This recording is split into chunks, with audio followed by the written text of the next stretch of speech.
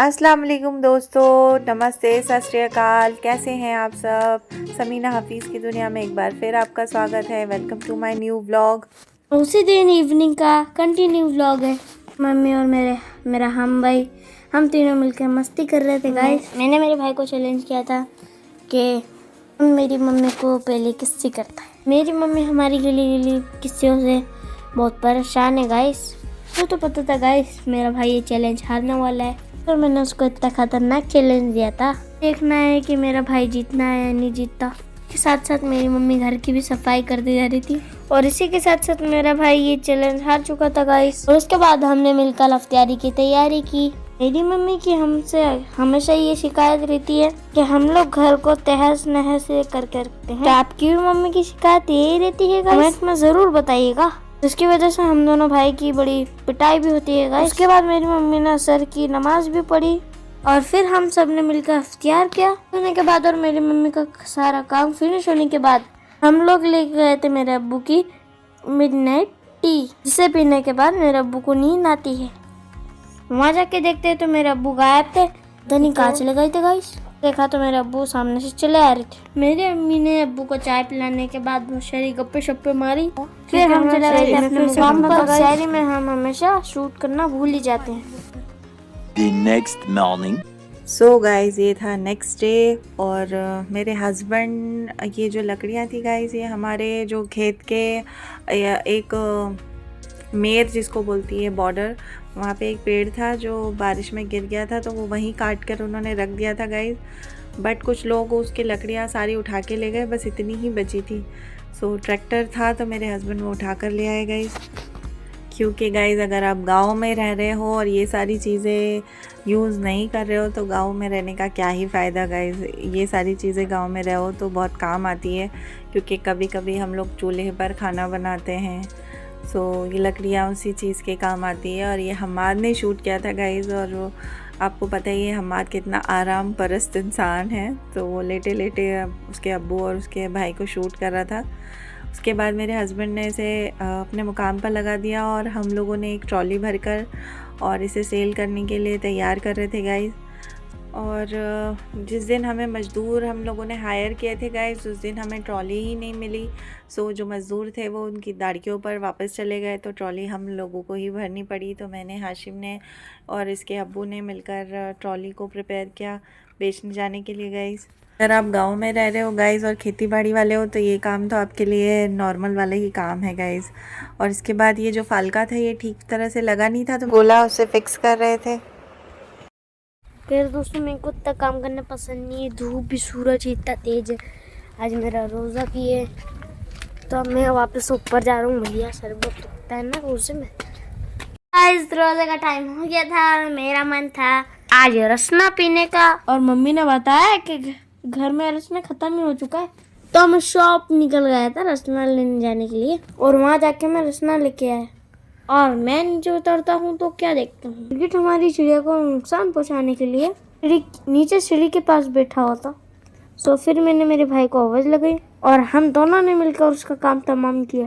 मेरा भाई तो डंडा लेकर ऐसा भागा था ना मानो गिरगिट नहीं लेके एंडा कोंडा ही नजर आ गया हो। और मुझे तो डर लग रहा था, मैं तो दूर ही था भाई। जो तो फिर वो हमें नहीं संभाला, मैं तो बस उसके पीछे था।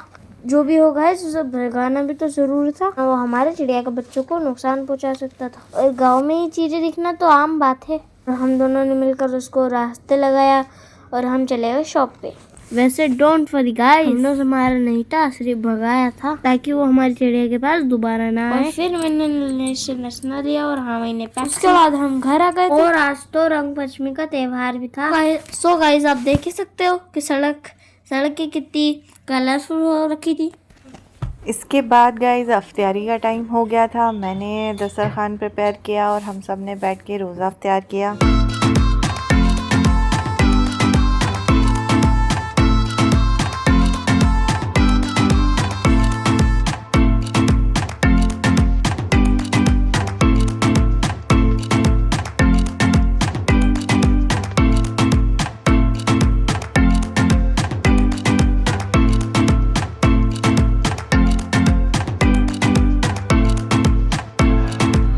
और फिर गाइस ये नेक्स्ट नेक्स्ट डे मॉर्निंग का है, जब उसके अब्बू और हाशिम जो गेहूँ थे सेल करने के लिए जा रहे थे।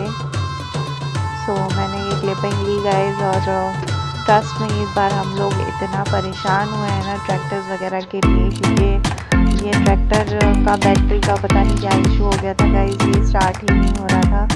मेरे हस्बैंड ने काफ़ी मशक्क़त की, उसके बाद थक हार कर उन्होंने फिर जो उसकी बैटरी होती है उसे रिप्लेस करने का सोचा। तो जो हमारी कार की बैटरी है वो लगाकर इसे स्टार्ट करने की कोशिश की उन्होंने, और फिर ये ट्रैक्टर स्टार्ट हुआ और काफ़ी टाइम लगा गाइस इस चीज़ में। तो उन्हें परेशान होता हुआ देखकर मैं भी नीचे आ गई थी गाइस, ये देखने के लिए कि आखिरकार हो क्या रहा है। तो हम लोग नीचे आ गए थे, और ये और ही है ना गाइस, ये जो गाय की छोटी वाली बच्ची है इसके साथ इतना अटैच है कि इसे हम कहीं भी बांध देते हैं, पला देते हैं तो और ही दिन भर पाँव पाँव करता रहता है, और अगर उसे छोड़ देते हैं तो वो दिन भर उसके साथ ही रहता है गाइस। तो जानवरों में इंसानों से ज़्यादा लगाव होता है गाइस एक दूसरे के लिए, अगर वो किसी को पसंद करने लग जाते हैं तो।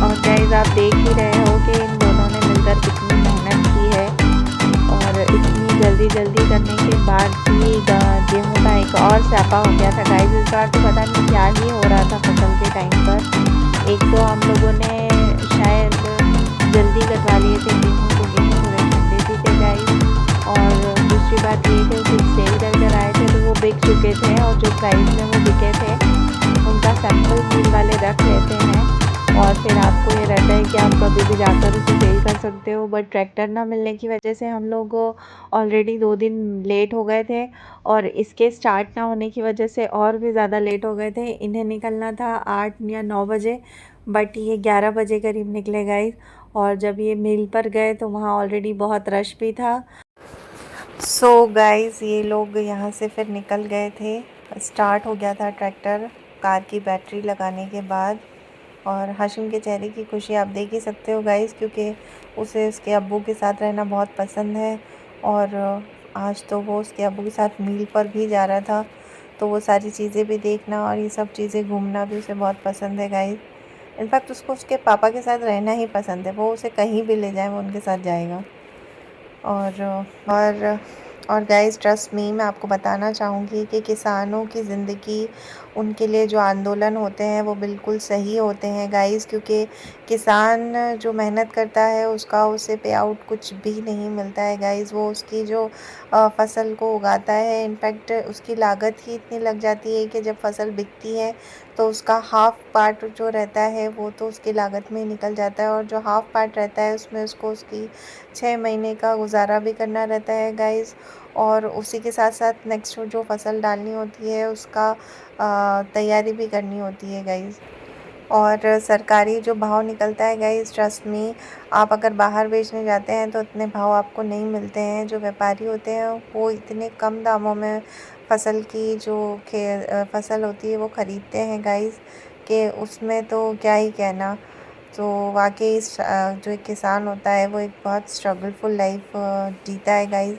और सिर्फ आजकल तो ये हो गया है कि छोटे जो किसान होते हैं वो खेती पर डिपेंड हो ही नहीं सकते गाइस, उन्हें अलग से कुछ करना ही पड़ता है, या तो वो बाहर जाकर नौकरियां करे या फिर उनका कुछ और साइड बिजनेस हो तो वो मतलब कर पाएगा, अदरवाइज़ करने में बहुत मुश्किल होती है गाइस।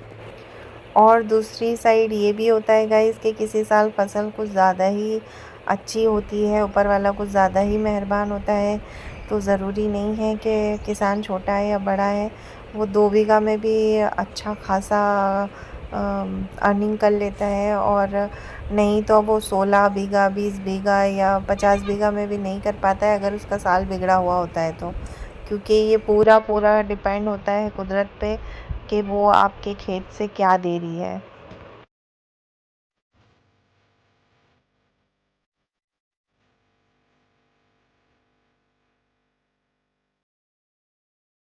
मैं दुआ की स्टार्टिंग में भूल गया था, तो मम्मी ने मेरे को